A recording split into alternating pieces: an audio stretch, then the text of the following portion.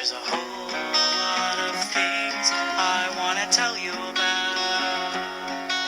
Adventures, dangerous and queer. Some you could guess, and some I've only hinted at. So please lend me your ear. Everyone has a relationship with gender. What's your story? Hello and welcome to Gender Stories with your host, Dr. Alex Yantafi. Their stories, I know that I'm always excited and thrilled and elated, but I'm extra excited today because I get to interview a wonderful colleague and dear friend, Anne Mauro. And let me tell you why Anne is so amazing and special. Anne is a licensed couples and family therapist, American Association of Sexuality Educators, Counselors, and Therapists, ASIC certified sex therapist, sexuality educator, sex therapy supervisor, and American Association of Marriage and Family Therapy clinical supervisor. Her private practice is nestled in the interwebs on the unceded territory of the Coast Salish people in Washington state. She has 2 publications, More Than Ebony and Ivory, Complexities of Sex Therapy with Interracial Couples, which can be found in an intersectional approach to sex therapy, centering the lives of Indigenous, racialized, and people of color, and also the wonderful book, Colonization of Black Sexualities, a clinical guide to relearning and healing. Anne is in continued service to the sexuality community by serving as the ASIC Western representative to the nominating committee. And Anne is just one of the most wonderful, kind, generous, and incredibly smart colleagues I know. So that's why I'm extra thrilled to have you with us for Gender Stories today. And welcome. Thank you. Thank you for having me. I'm extra honored because I know I'm a fan of the podcast, and hear you say, I know I always say this. And I'm like, yeah, you always say that because you always have awesome guests on your podcast. So it's just an honor to be now a part of that roster of people. Oh my God. I just feel honored that you've made the time for this. And I know that I love the mutual kind of love for each other's work and for each other that we have. And so hopefully we'll have a great conversation for our listeners as well, or folks who are watching maybe on YouTube now that I put the podcast on YouTube as well as all the different podcasting platforms. So enough of that. Let's just really get into it. And I am really curious. We never talked about this, actually. What drew you to sex therapy in the first place, right? I mean, I know you're a marriage and family therapist, but then you're really committed to our field and you give so much to the field of sex therapy. So why sex therapy? Yeah, I think originally what happened, I was in community college and I took a psychology class and a human sexuality class at the same time, and something kind of clicked in me like, oh my gosh, I want to do something with these 2 things. And then at that time, what I thought it would be more like forensics. I was really into sex crimes and understanding like the deviance around sexuality. And then I became a parent and had a little person I was taking care of. And as you know, sometimes you can't censor what you hear on the news. And I heard a news story that maybe pre-motherhood wouldn't have activated me like it did. But it was then I decided, you know what? I don't think I can be in the criminalization of sex anymore. I think I would really like to help people with enrichment and pleasure and joy and not live in that dark space. So that's kind of how it started and evolved into me doing what I do now.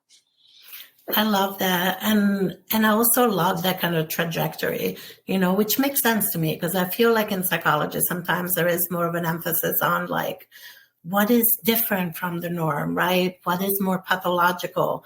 But then coming into this more expansive place. But what if we supported people in being more liberated, in having more access to pleasure, right? Having more connection and intimacy with themselves and each other. So I love that journey. And like I said, we never talked about this actually. And you are incredibly committed to the field. Tell me a little bit more about why it is so important for you to serve, like to serve in a professional association, to really serve in the field and bring that kind of that volunteer time, really, on top of being a parent, on top of being a sex therapist and educator. Like, why service is so important to you? Right now, professionally, I feel like I'm in my full-blown anti space, right? I feel like there's a level of sex therapists that are coming up under us, right? Our supervisees, or just a whole different generation that are having a different experience that you and I had because of people like you and I carving a space out for them. And so there wasn't somebody that really looked like me that was available for supervision for ASEC, and especially in Washington at the time, being able to provide that as a service or to have leadership roles, right? For people to see me in a leadership role, I think is really important. So other people can see that it's possible for them, and then for my voice to be heard, and for hopefully to keep making changes in the right direction where everybody has a seat at the table. Absolutely. And I love that because, and for folks who don't know, historically, the field of sex therapy is very white, very cisgender, pretty straight with a few exceptions. Incredibly white. I know I'm saying this twice, but it's really worth saying twice. It's so deeply, colonized in some way. And we'll talk about the decolonization of sexuality in a minute. And so I really feel that importance, right, of representation, of showing folks who are kind of coming after us, like, no, there is a space for you.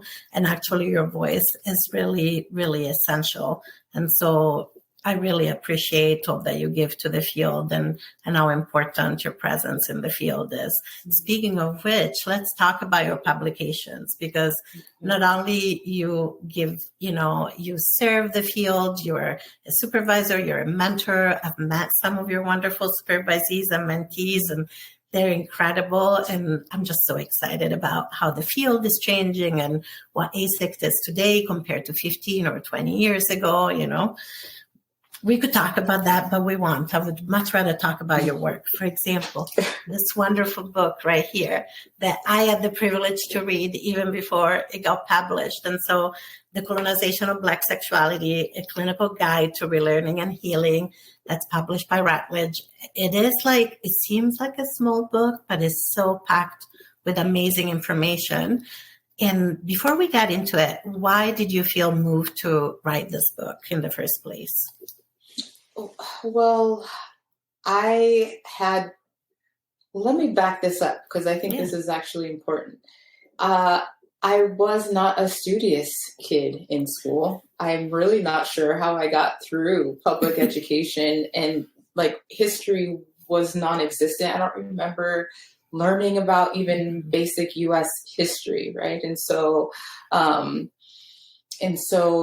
the work that I've been doing post-grad in these publications has just been me trying to understand the history and how it's impacted modern day sexuality, right? So that was kind of my voyage, my history lesson. And then I was given the opportunity to talk just about how it impacted Black bodies when it came to this publication right here. Yeah, absolutely. And let's talk about that, because I feel like that really, especially here on Turtle Island, so-called United States of America, that impact, is really felt intergenerationally, the impact of slavery, the impact of that colonization of Black, brown, and indigenous bodies. And so what is it that you see in terms of the ongoing systemic violence, including sexual violence, and, and the impact on kind of Black folks today that feels really connected historically to that kind of history of colonization and slavery as well? Mm-hmm. Well, I think that we just see so many trends that they're almost insidious and that we think that they're part of our culture. I feel like a lot of times I don't know if your listeners have seen the Matrix trilogy or if you have. But I love the Matrix, and we even had Tilly on the podcast talking about the Matrix as a trans allegory. So yeah, let's talk about the Matrix. That one. Well, how I like to explain it though is that we're literally plugged in, right? And you don't even notice it until you're unplugged, that there's something else bigger and larger that's been happening for a very long time. And so for me, it's just completely insidious and like underground. So if I can just even bring it back to where I'm at, I'm on the Coast Salish territory, Duwamish territory. A treaty was signed, of course, still not upheld. They're fighting to be federally recognized. But what just really gets me is that here people don't understand that out of the top 10 cities with the most missing and murdered Indigenous women and girls, we're number one. And if you talk to anybody, out here, most people don't even know that this epidemic, this violence against brown women, right? They think that, colonization is an event from the past, right? It's like, no, systems and structures have been put in place that still make it okay for people, or some people, to think it's okay to harm brown bodies, right? As evidenced by, we're number 2 for the top 10 states with the missing and murdered Indigenous folks. So is that as the backdrop, right? And then we also seem to sprinkle it in, like I'm saying, it's like the water we drink. I was just talking about how even in pornography, let's talk about ethnic themed pornography, higher chances that you're going to see violence against brown women, right? Unconsensual behaviors towards Asian women, right? There's just so much that we're being fed, even if we're not talking about erotica, just the general media, right? About Black and brown bodies and how they are treated. So it's just a continuation of a different color, Absolutely. And I think, we're both passionate about this, about that thread historically, right? That actually the ongoing the colonization is ongoing, right? This is ongoing. It kind of never stopped. And you already talked about the intersection of gender and race as well, right? Like, it is Black and brown women and Two-Spirit folks who are the most kind of missing and murdered in our state, to where I live on Dakota Anishinaabe territories as well. And there is an intersection there around gender and race. And I know that there's also Black women who talked about the impossibility of Black womanhood in the context of womanhood only really being seen as white womanhood, right? When we talk about protecting women and children, they might as well say white women and children, because they're not talking about protecting Black and brown women and children, because if we were protecting Black and brown women and children, we would be living in a very different world. And so let's talk about the intersection of gender and race and kind of what you found as you were doing this work in your book about that intersection specifically. Yeah, and I know that we were just talking about women, but one of the things that was more eye-opening for me is this narrative that we've had throughout education, that victims were just women, right? There's just the cis woman victimhood, which could be evidenced by giving birth, right? So we know that women were being raped because of all these mulatto children, right? And then discounting people that could not give birth, or people who were too young to give birth. But in thinking about the gender piece, and part of this goes back into patriarchy, right? So when the English settlers came, they came kind of with a family mimicking the commonwealth, the man in charge, like a god or a king over the family, right? And so if you think about an enslaved man, of what it means to be a man who would be able to protect his women and children, has that completely stripped from him. And then the psychic toll that it must take to also be seen as the perpetrator, right? As a violent perpetrator, as a rapist, meanwhile having no autonomy over your own reproduction, and could be used, right? I was just talking about erotica, right? So back when the transatlantic slave trade had to stop importing bodies from Africa to the United States, there was a mass breeding that was happening with the masters to create more enslaved people to work, right?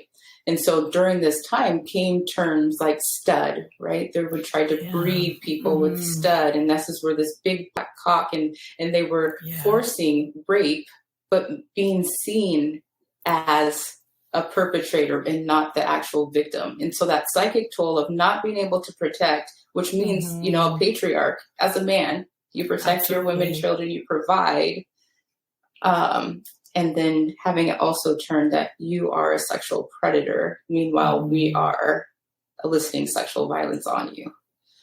Absolutely. That was that intersection of even thinking about how do we think about violence and gender, right?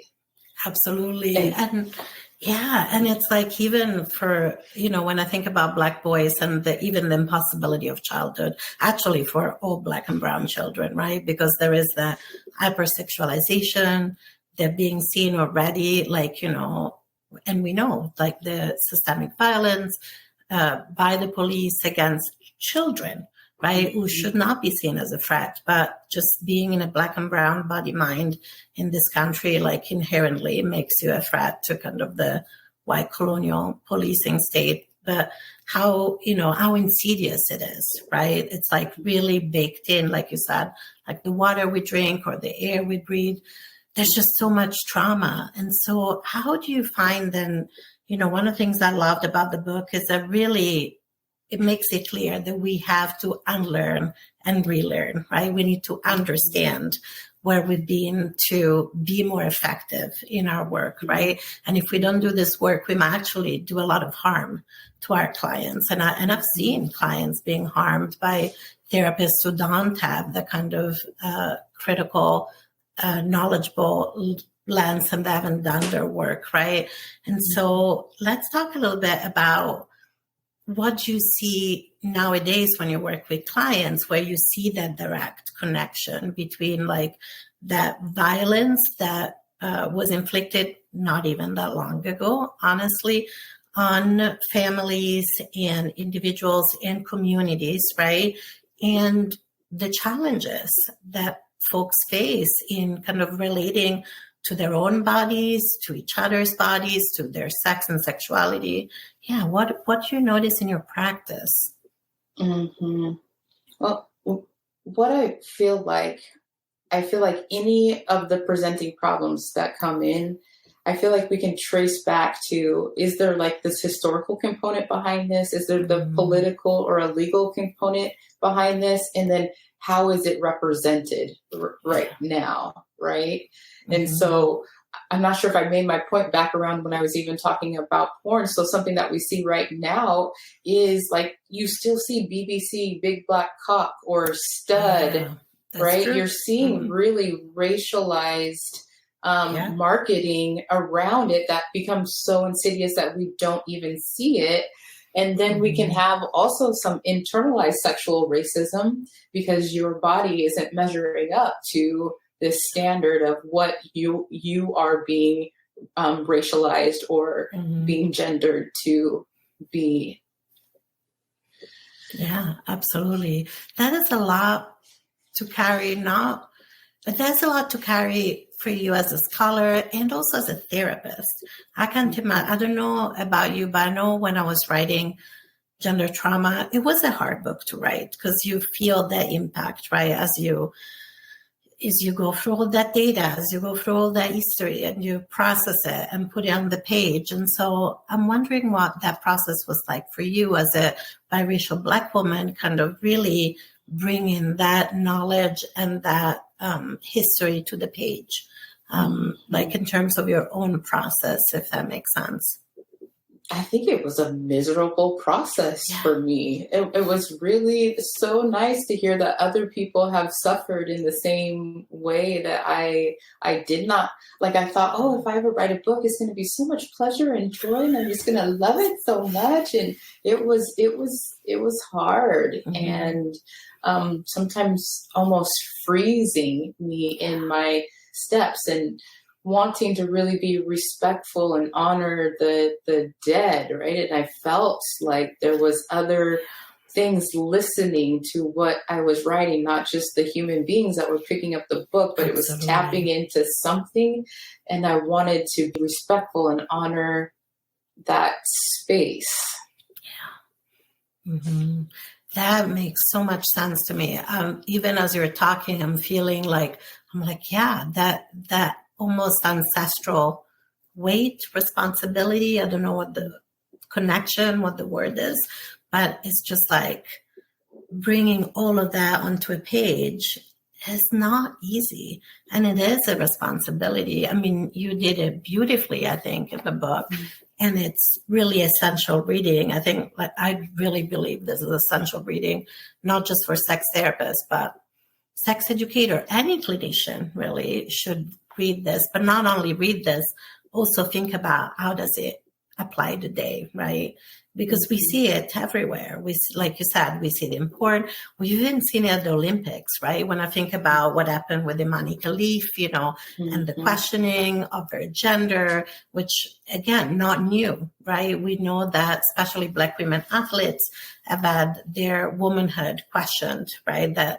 So we have both kind of Black excellence on one side, but on the other side, like, well, if it's too much excellence, now we're questioning like your gender, your womanhood, almost like if Black womanhood can be revoked or something, if somebody is too strong or too good at what they do, right? So it's ubiquitous, it's everywhere. And so it's not just when you're writing the book, but this is like every day you navigate this. And what is that like for you to navigate that in your day-to-day life when you're on social media, watching TV, doing your work, right? It's all the time. What is that experience like for you, if that makes sense? And maybe that also increased the intensity of doing the work in the book, because I have to highlight too, it was being written during the pandemic, during the Black Lives Matter movement, during my own trying to understand the world and how it was being jostled and responding to the jostling. Yeah. So I think it maybe fueled some of the fire. I think also I want to say that one of the reasons why I fell in love with you academically is because you really put together I feel like there's a bunch of dots, right? People are not connecting the dots from what has happened to what is happening, right? I think there's some good intention of people trying, but when I opened your book, I was like, oh, and we can cuss on this podcast, right? Yeah, we can. Yeah, I was like, oh shit, you got it. You connected the dots. And I think that's what's really important. I think for a lot of us is connecting all those pieces together. Yeah. And I'm with you because it's like, and honestly, I was like, I don't know if this is going to make sense outside of my brain, but we need to connect the dots because people don't get it. Like you said, they think, oh, slavery, it's in the past. Colonization in the past. And I'm like, no, it's every day, everywhere. It's like, even as a parent, right? I see how pervasive it is and how important it is to talk to my kids, about how we're racialized, how we're gendered, the responsibility they have in the world as, in an age appropriate way, but still making sure they know what it means to move in a white body mind in this world, especially in their relationship, friendships, all of that. And because the dots are right there, right? But I think that it's very intentional that we can't connect them, right? Because if we think those things are in the past and now everything is okay and we're all equal and, all this beautiful sentiment that people are like, I don't see color, or I don't see this, or I don't. And I'm like, this is actually terrible that you don't see it because it's there. And if you don't see it, it means that you're actually still plugged into the matrix, to go back to that. So, right, you're still kind of drinking the Kool-Aid and don't see that actually not everybody's having the same experience. Not everybody is navigating the world in the same way. And I think we've seen that definitely during the uprising, during the pandemic. We keep seeing it right now, right? It's exhausting. How are you nourishing yourself, finding joy and support in this exhausting world? Because it is exhausting. And I feel like sometimes, I don't know about you, but I mean, I talk a lot about trauma because I do a lot of trauma work, but it is exhausting. It's exhausting as a therapist, as a human, as a parent. I can't even imagine how much more exhausting it is for you as a biracial Black woman. So how do you find that support, that care, that just that breath, that help us get through the day? That's the biggest one, is the breath, right? Because sometimes that's all we literally, I know we both have had busy lives. And so taking that moment to actually take a breath. I'm going to take one right now. That's my number one. That's my best friend right there, is that breath. And when I get to breathe in and check in, if my shoulders are up to my ears, I get to let them go, and always reminding myself that there's that feedback loop. And so if I'm feeling that anxiousness in my body, then it's going to feed into my brain. And so trying to calm. I've always been a person that needed like the TV on, radio, music. But I'm finding now with doing all of this work, how powerful silence is for me.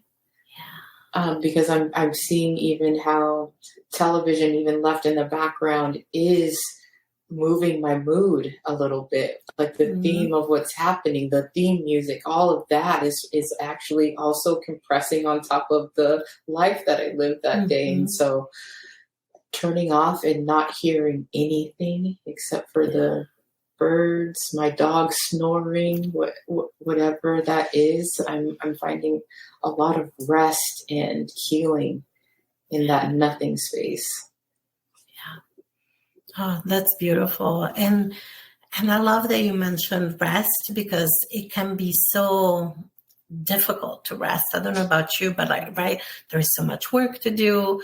I don't think it's an accident that you're so service oriented. I feel like every minoritized therapist and educator I know is very service oriented for all the reasons that you so beautifully listed earlier. But that can bring some level of like exhaustion and burnout with it too, right? Because it's like, that you can never turn off in some ways, right? It's just like, it's our lives. It's not just like, oh, I do this work and then I can forget about it, right? No, because this is not just work. It's also like your lived experience, is your day to day. And so have you found kind of ways to access more rest for yourself? Or how are you doing with rest under late stage capitalism? And, because it's a thing. And I know we're both like the main breadwinners for our families. It's not easy to like do all the things, especially when you're also doing service and rest enough. So, how are you doing with that? I'm a work in progress. I always tell my clients that it's like an act of resistance, right? And so I have to really actively be active about giving myself rest and then not feeling guilty about the resting. Absolutely. So that's the part that I have. It's like, oh yeah, I'm resting, but I should be, the laundry needs to be changed. And so now it's like my work is kind of moving into giving myself permission to reprioritizing what I thought was something that had to be done. Like I used to think emails had to be done. And now I know that I can respond differently and not in urgency. Capitalism told me to do things fast and efficient. And I feel like being slow is being more efficient for me. Also, self-disclosure, have put screen time limits on my phone. So I won't get news updates or email updates at certain times of the day because that's not my time to focus on that. I feel like we're really distractible now. And so I'm trying to eliminate some of that distraction so I can keep on centering here. Absolutely. And I think it's important to talk about this because I don't know, but, I often say to my clients, like, it's important that we don't compare our insides to other people outsides, because even other people have told me, oh, you do so much. And like, you're on the go. And I'm like, and you do this and you do that. And I'm like, yeah. And 90% of the time I'm like overwhelmed and exhausted and I'm actually trying to do less. Right. And so I think that it is important to have those conversations and to be like, it is a struggle, right? This is not what we have been so indoctrinated to, like, do the thing, do it fast. Like I feel so guilty that I have 2 months of unanswered emails right now in my inbox. And I'm like, oh, I can't, I should stay up and like answer those emails. And my body is just like, absolutely not. Peace out. My brain nowadays shuts down. I used to be able to push through, but as I age, I can't even do that. And so I don't think that we talk enough about this is too much. At some point, like, when do we all wake up and go, this is not working for us, really? Like, we need to do something different. And talking about doing something differently, what is your hope, when you wrote this book, this beautiful book? What is the hope, your hope that people would learn, especially your colleagues, maybe especially your white colleagues, would get out of this book in terms of kind of learning and changing? My hope was that it was connecting some dots, right? It's not just, these things that happened and here we are, but actually making it make sense for more people, to give more insight into it, maybe more language specifically around it, but at least seeing the connection. Yeah, was my hope. Absolutely. And do you feel like, have you had good feedback from other colleagues that are like, yes, this was helpful, this helped me look at things differently? Or yes, I have. And the white colleagues too. I do have a section for white colleagues, white supervisors too, and have had some good feedback around those exercises that I have them work through. That's wonderful. And are there some, maybe an exercise or something that you could share with the listeners in terms of, if they're like, yeah, I do want to connect the dots, I do want to better understand how those things link up, and what is it that I need to do differently in my day-to-day life to move towards a more liberated world for all of us? Yeah. And if not, that's okay too, but just wonder if there's like just something that could be shared if people are listening and are interested in this work. Yeah. Well, what I find when I've been teaching this material or in writing the book is I'm not saying too many new things to Black people or other people of color, right? Yeah. It's really new news for white people. They'll when I ask about certain things like the Tuskegee experiment, right? Yeah. Not everybody in the room knows what I'm talking about. I work in predominantly white spaces, right? And so, so I feel like a lot of this work is on the white folks at this time. And I thought for myself that a part of the liberation was to understand the history. I was like, I got to understand where I'm coming from before I can get to this liberation piece. And now that I've got the history, I'm working on the liberation. I'll have the answers for it.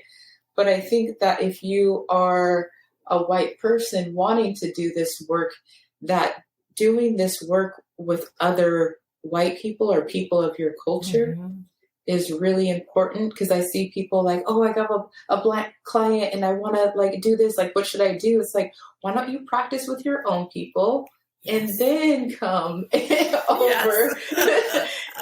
and try it with a person of color, right? Yeah. And there's a lot of people that create environments for that. I did something with Resma Minikim, right? With some somatic abolitionist work, right? Like doing something to work on dismantling some of those pieces in yourself, doing some of that learning for yourself so the information isn't new, the terminology isn't new, and then you can feel more confident when you try to enter the space, especially in the clinical aspect, right? Absolutely. I love that because it's like, I often say to like, especially white folks, it's like, this is like the work, right? Right. This is the work that needs to happen to move us towards liberation. And I think there is a lot of kind of even trepidation sometimes by white colleagues to talk about race or how we're racialized. And I was like, but we need to talk about this, because if we can talk about this, we just keep perpetuating the same systems of harm. And so and even just knowing, how does your body mind like regulate or dysregulate around Black and brown folks, for example. I talk about that a lot with people, because sometimes there's even like, it's, like just really basic stuff, right? What is your tolerance for like more expansion and emotionality? Because, right, so much of whiteness is about tightness, and from a somatic perspective, right, tightness and policing and like, keeping everything compact and just keeping a lead on pretty much everything, it feels, right? Like, and so even just, and I think Resma talks about this actually too, in terms of like, just even notice kind of your nervous system regulation, because if you're not even aware of that, should you even be in a room with Black clients, honestly? So I love what you said. It's like, let's practice with one another first before we do any more harm in our field, which is also why it's so important to have more Black clinicians, more Black and brown clinicians and therapists and supervisors too, so the harm doesn't get perpetuated, if that makes sense. Not 100% makes sense, but I think, I don't, don't quote me, but I think the numbers are like 4% of therapists are Black, right? So the reality is that most Black people don't have that option, right? And so It is really up to white folks to step into this. Absolutely. What I do like about Resma, is that really making them slow down in that space when you feel that uncomfortableness, and really getting comfortable with knowing what it feels like, right? Are your armpits sweating? Are you holding your breath? Like what, he talks about the vibrations. How is your body vibrating in that? And almost using titration, right? To step in and step out of that comfortable, so you're not getting maxed out while trying. Absolutely. And that is so important, because I often talk to, even some of my white supervisees is like, when you're working with like, Black and brown clients, like, do you bring up race when it's relevant, right? There's been a lot of times where I was like, okay, here, did you say that to your client? They're like, no, and you can see the tension in the body, right? You can see like the whole spine going up, the shoulder go up to the ear. And I'm like, okay, let's slow down. Let's take a breath. Why didn't you bring it up, right? It's like, what stopped you? What is the fear, right? And this fear, this perfectionism of white supremacy culture, right? What if I make a mistake? And I was like, well, yes, I want you to be careful. And also I don't want you to be so careful that then you have no relationship with your client, because then it's not an authentic connection, right? And like you said, I think sometimes I feel clinicians approach some of this work almost in this utilitarian way. I want to be more culturally competent, in air quote, right, to work with Black clients. But I'm like, I really want you to think about cultural attunement, actually, and really like, do you know yourself? And also, like, who do you surround yourself with, and what media do you consume? What books you read? What music do you listen to? who are your friends? Like, right? It's way beyond the therapy room. I think for white folks to do that work has to be more expansive than just what we do in the therapy room. I don't know if that made any sense whatsoever. Sorry, I feel like I went on a little side quest there for a minute. No, I think that does make sense. I was going to say something and I just lost my thought completely. That's okay. Maybe I'll come back. I hope it does. Well, in the meantime, and if it comes back, just jump in. But I love that you also mentioned education, because you do a lot of education. And because there is a very small percentage of Black and Brown clinicians, you educate a lot of white people. Mm-hmm. What is that like for you to be in those spaces? Exactly, doing this. I saw that. Friend. That was my friend, my breath again. I had to call my friend. Yeah, we can be honest. Oh yeah, I am honest. I also just want to note too, it's not just like academia, right? What I'm doing is an intersection between critical race theory and sexology. Yes. Right? Sex therapy, sex education, there is a fight to keep both of those in curriculum. Yeah. Right? It's not widely accepted or supported. Mm-hmm. And so on top of my positionality, I think is the challenge. I wonder, if I was just teaching nurses, would it be the same, right? But if I'm teaching this particular content, I think puts a different level of spice on it for me. Absolutely, because people are uncomfortable with all of this, right? They don't want to talk about race. They don't want to talk about sex. They don't want to talk about bodies, right? Like, and then you're like, let's talk about all of it. They definitely don't want to talk about colonialism. The number of times I've been told, like, do you have to mention colonialism so much? Like, if we're just talking about gender, I was like, I sure do. Oh, right? So it's all things that people don't want to talk about. So it cannot, like you said, it cannot be easy to work at the intersection of all those things that literally white supremacy and colonialism is like, let's just push them all aside and not think about them. Right? Mm-hmm. It's a lot. Mm-hmm. Yeah. So how do you find that kind of that center, that kind of that will to keep educating people? Because it's a lot to educate folks. It is a lot, and I've thought about retiring a couple of different times. Yes.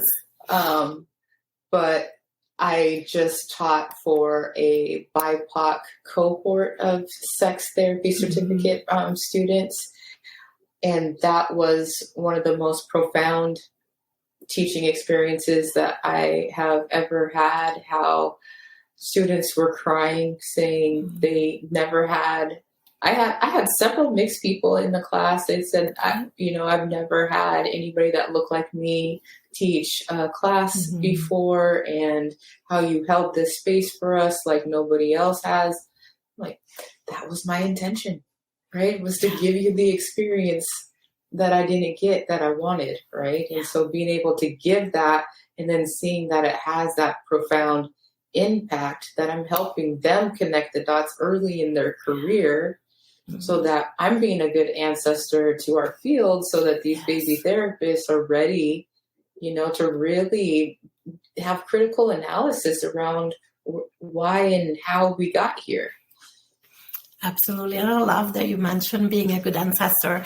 I often think about, okay, what kind of ancestor do I want to be, right? How do I want to spend my time? Because, there are times where I'm like, I'm pretty sure there are easier things that we could do with our time, right? And maybe even more like things that pay more money, are less time consuming, are less soul crushing, right? And yet, right, it's also like this piece of, well, what do I want to leave the field, right? What kind of ancestor do I want to be for folks who come after me? And so I'm really interested in kind of what are your hopes for the field moving forward, right? Because you do give a lot to the field, right? You give your brilliant insight for your writing.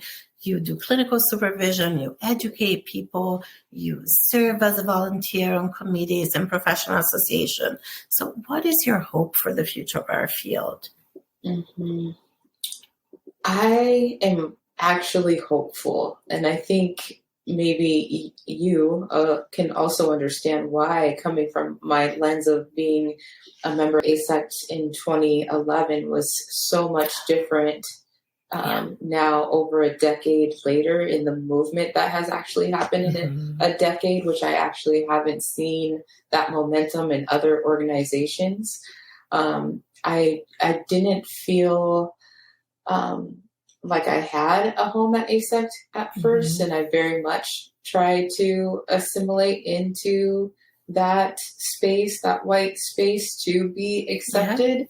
And I would have never thought like that. If I look back at that Anne who was working so hard to try to fit in, I would have never known that we have a Black president.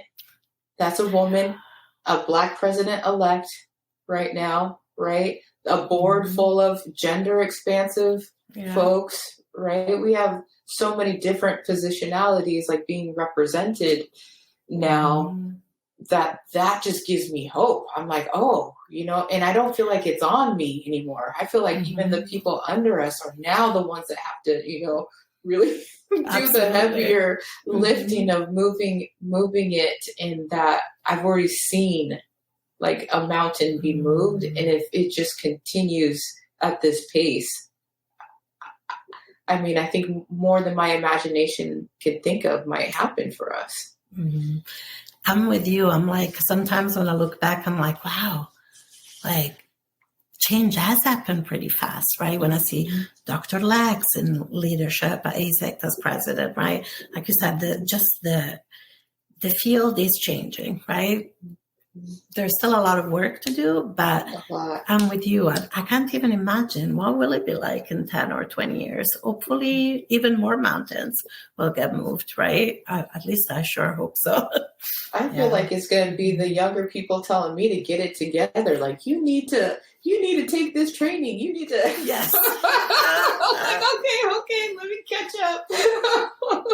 I'm looking forward to that. I know my friend Colleen, who died back in 2019, I remember them saying, like, I just want to be one of those ancestors who are like obsolete, and people look back and go, oh my God, what were they thinking? Like, that was so antiquated, right? That was so not radical, but, and I was like, yes, I really feel that. I want people to look at me and go, oh, you're a little behind the times now, Alex. Here's like where you need to like catch up. And I think that is beautiful, right? We want to be pushed by the younger generation coming after us to do even better, to think even bigger, to dream even larger dreams that we could ever imagine.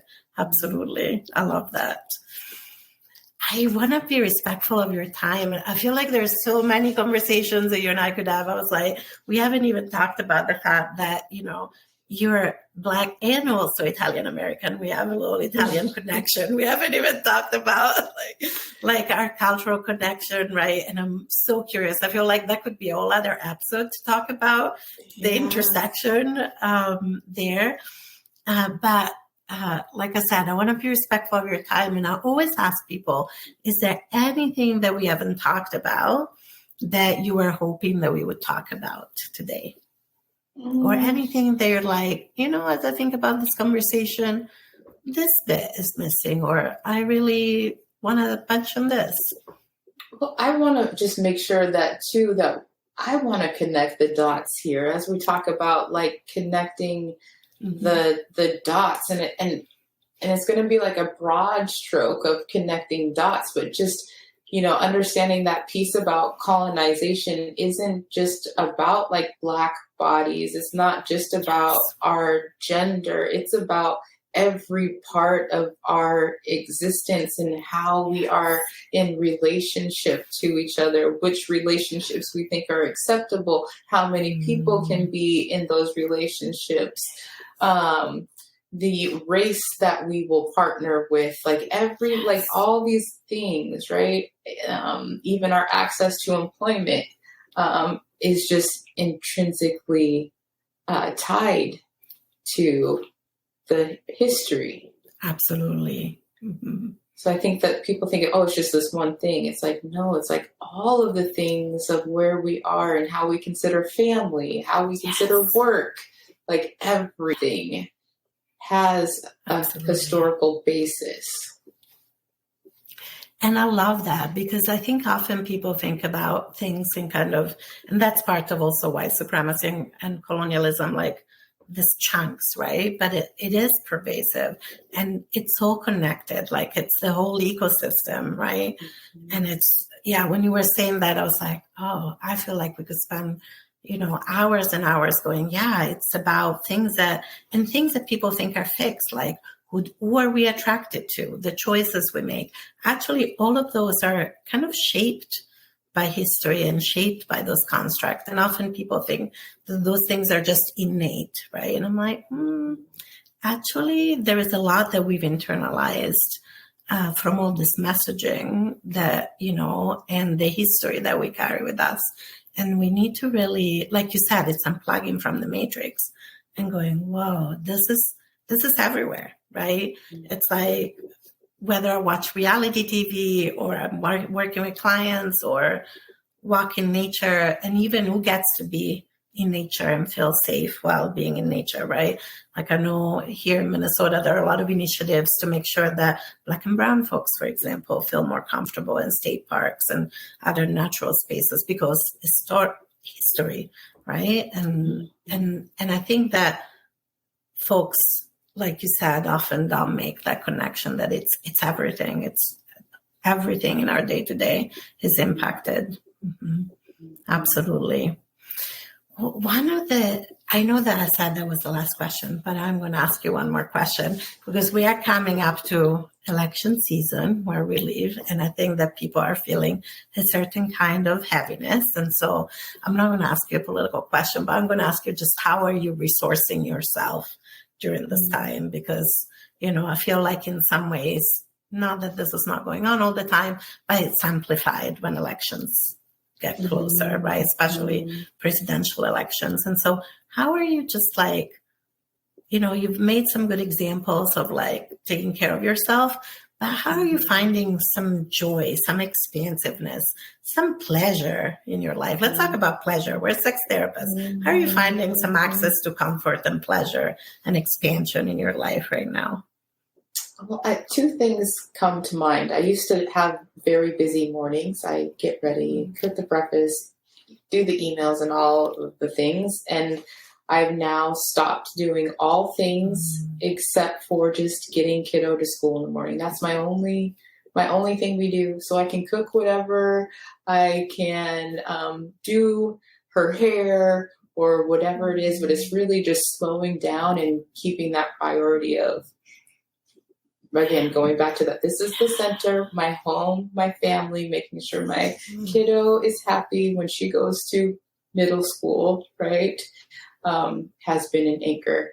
And then I have a lot of like anger and confusion and other, like I can feel it. I'm tapping into it as I'm trying to like recall it. I was just listening to the news right before we hopped on, right? And listening to like who is voting for what and why and just getting really frustrated. And one thing that I feel like is helping me in this area is I also started weight training, because I will channel that like little bit of anger. I will channel that stupid comment that I heard, or that channel that fear that I'm walking amongst 50% of people that think a completely different way that I do.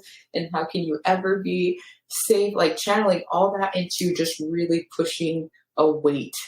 And then I can feel that like softening in my body. It's like my body doesn't have to hold that because it just exerted that in a really angry way. I love my body. I love that. And I could almost feel like the pleasure of pushing that out, right? And it's like, you don't have to hold it in your body. Absolutely. That's beautiful. Yeah. And I feel really strong after, like stronger mentally. Like, okay, I can hold that my planet is a shit show right now in this moment. Yeah, I love that so much. Well, like I said, there's probably like 500 other conversations I want to have with you. But for now, we're coming towards the end of our time together for this episode. And so if people are like, maybe they're in your state and they would like to work with you, or maybe they want to get supervision from you, or they want to find your books, how can they find you online? Yeah, I'm Googleable on all of the things. So Great. Just my name, it's Anne with an E and Mauro. And I have ways on my site to reach out with me, and I'm on all of the social interwebs. That's right. You're on Instagram. I love following you on Instagram. I think you are. I am Anne Mauro, right? On Instagram. Yes. Is that your handle? And don't worry, listeners, we'll put all those links to Anne's website and the book and the Instagram on the episode description. But also if people are like, I never look at the episode description. I always like to make sure that people have talked about where you can be found as well. Well, and this has been, unsurprisingly, because you're amazing, an absolute pleasure. Thank you so much for your time and your wisdom and your insight. I appreciate you so much. Thank you. I will take any opportunity to talk with you at any time, Alex. You know that. So It was my pleasure to share this space with you. I feel just the same. So that's beautiful. Well, and dear Gender Stories listeners or watchers, if you're watching on YouTube nowadays, as always, thank you for supporting the podcast, for listening. And, until next time, please take care of yourself and find some expansiveness and some rest in your own lives too. Until next time.